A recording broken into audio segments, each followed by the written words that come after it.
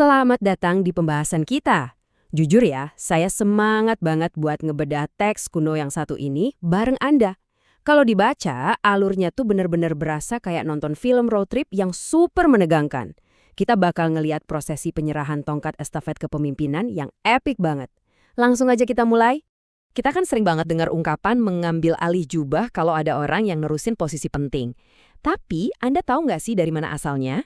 Percaya nggak percaya, istilah ini lahir langsung dari sebuah kisah kuno yang, kalau boleh jujur, sangat liar. Gimana nggak, kisah ini melibatkan kereta berapi, angin puting beliung, dan, oh ya, sepasang beruang yang mematikan. Jadi ini bukan sekedar kiasan puitis, ini adalah kejadian harfiah yang bakal kita telusuri bareng-bareng hari ini. Oke, bagian 1, tur perpisahan. Mari kita ikuti perjalanan terakhir mereka. Nah, coba kita selami tur perpisahan dari Nabi besar Elia dan muridnya Elisa, tepat sebelum Elia ini dijadwalkan bakal diangkat ke surga. Rute perjalanannya juga unik. Kalau kita telusuri secara geografis, mereka ini terus turun loh, dari Gilgal, turun ke Betel, terus ke Yericho, dan akhirnya sampai ke Sungai Yordan. Rute ini tuh ibarat peta yang sengaja ngebangun ketegangan kita. Setiap kali mereka pindah tempat, kita dibawa selangkah lebih dekat ke klimaks yang udah di depan mata. Yang menarik nih, di setiap tempat mereka berhenti, Elia terus-terusan ngetes muridnya ini. Dia bilang, udah kamu tinggal di sini aja. Dia seolah-olah ngasih Elisa jalan keluar, supaya nggak usah ikut campur sama urusan supranatural yang bakal kejadian. Pengulangan kata-kata ini tuh sebenarnya nyiptain semacam ritme tersendiri, sesuatu yang emang sering banget kita temuin kalau lagi baca sastra kuno. Terus, gimana reaksi Elisa? Wah, dia sama sekali nggak goyah. Dia nolak mentah-mentah untuk ninggalin mentornya itu. Penolakan yang super gigi ini nggak cuma nunjungin seberapa setia dia, tapi juga terus mempa ketegangan ceritanya. Irama tanya jawab ini, yang satu nyuruh tinggal, yang satu ngotot mau ikut, bener-bener berhasil bikin kita yang baca jadi makin penasaran. Oh, dan ada lagi nih. Waktu di Betel dan Yericho, ada semacam rombongan nabi lain yang tingkahnya mirip banget sama paduan suara di kisah-kisah tragedi Yunani kuno. Mereka terus-terusan ngingetin Elisa soal kehilangan yang udah di depan mata. Dan jawaban Elisa, dengan tenang tapi tegas, dia cuma bilang, ya aku tahu kok, mending kalian diam aja. Dia udah sangat sadar sama apa yang nunggu dia di ujung jalan. Dan sampailah mereka di rintangan terakhir, Sungai Yordan. Di titik ini, Elia ngelepas jubahnya. Tapi tunggu, jubah ini dipakai bukan cuma sebagai baju biasa loh, tapi benar-benar jadi instrumen kuasa. Dia gulung jubah itu, dia pukulin ke air, dan boom! Secara ajaib, sungainya terbelah. Mereka berdua akhirnya nyebrang lewatin dasar sungai yang kering kerontang. Asli, ini pameran kekuatan yang luar biasa banget. Masuk ke bagian 2, klimaks dan sang jubah. Ini dia momen penentuannya.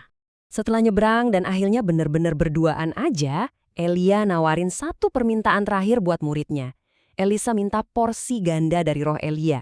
Nah, disinilah banyak dari kita yang mungkin salah paham. Kita mikir dia pengen jadi 2 kali lebih sakti kan? Padahal nggak gitu. Kalau ditarik ke budaya timur dekat kuno, porsi ganda itu adalah sebutan buat hak waris anak sulung.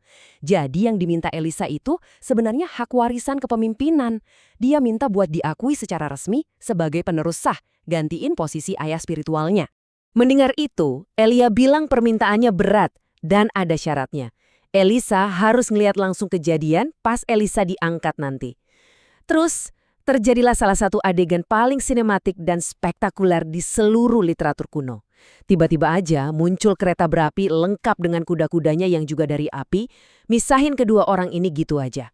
Terus ada angin puting beliung yang nyambar Elia, bawa dia langsung naik ke surga. Coba deh, Anda bayangin betapa intensnya momen ini. Sekarang Elisa benar-benar sendirian. Sambil meratapi kepergian gurunya, dia ngerobek pakaiannya sendiri jadi 2 bagian. Ini tuh simbol yang kuat banget yang nandain kalau dia ngebuang identitas dan kehidupan lamanya. Setelah itu, dia mungut jubah Elia yang tadi jatuh. Nah, dari sinilah asal-muasal harfiah dari ungkapan mengambil alih jubah yang sering kita pakai sekarang. Tindakan fisik ini jadi bukti sah kalau Elisa udah secara resmi nerima otoritas dan tanggung jawab penuh dari pendahulunya. Kita lanjut ke bagian 3, membuktikan suksesi. Waktunya menguji kuasa baru ini. Tentu aja ya, cuma pakai jubah gede punya guru nggak ada artinya kalau nggak ada kuasa di baliknya. Mari kita lihat gimana perpindahan kekuasaan ini dikonfirmasi. Elisa balik lagi ke Sungai Yordan, dan dia lakuin hal yang persis sama kayak gurunya. Dia pukul airnya pakai jubah yang jatuh tadi. Dan tebak, airnya terbelah lagi. Mujizat ulangan ini ibarat stempel persetujuan yang langsung ngasih tahu rombongan nabi yang lagi nonton dari jauh kalau roh Elia sekarang benar-benar ada di dalam diri Elisa.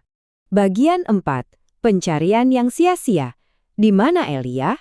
Walaupun para nabi lain ini udah sujud ngakuin Elisa, anehnya mereka masih aja ragu. Mereka mikir jangan-jangan anginnya cuma mindahin Elia ke gunung sebelah. Saking penasarannya mereka sampai ngirim 50 orang paling tangkas buat nyisir lembah dan pegunungan selama 3 hari penuh. Padahal Elisa udah ngelarang loh. Tentu aja hasilnya nihil. Tapi kalau dari sisi cerita, kegagalan pencarian ini krusial banget. Ini ngebuktiin secara mutlak kalau eranya Elia tuh udah tamat. Sekarang, Elisa lah sang pemimpin tunggal. Terakhir, bagian 5. Mujizat kehidupan dan kematian. Sisi lain dari kuasa sang nabi.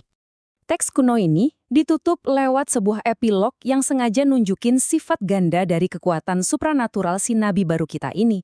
Coba perhatiin kontras dari 2 tindakan pertama yang dia lakuin. Pertama di Yeriko, dia ngelempar garam ke mata air yang beracun, menyembuhkan tanah di situ, dan ngebawa kehidupan buat warga. Tapi nggak lama abis itu, waktu dia di Betel dan diejek sama segerombolan anak muda, dia ngutuk mereka.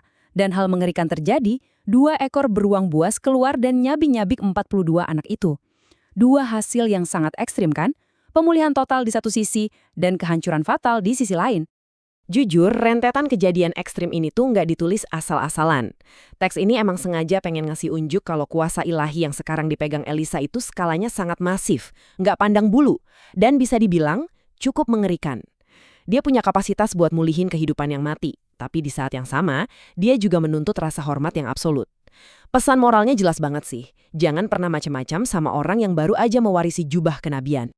Nah, setelah bareng-bareng nyusurin prosesi suksesi ini, mulai dari sungai yang terbelah, sampai jubah yang jatuh, dari mata air yang nyembuhin, sampai beruang buas yang mematikan, gimana nih pemahaman Anda sekarang? Kira-kira, gimana perubahan drastis ini ngubah cara pandang kita terhadap figur nabi-nabi kuno? Yang pasti, kisah ini jauh dari sekedar dongeng pengantar tidur. Ini adalah narasi dramatis soal sekeras apa realitas dari sebuah otoritas absolut di masa lalu. Gimana? Bikin Anda makin penasaran buat ngeksplorasi teks-teks kuno lainnya kan? Terima kasih banyak udah ngikutin pembahasan kali ini.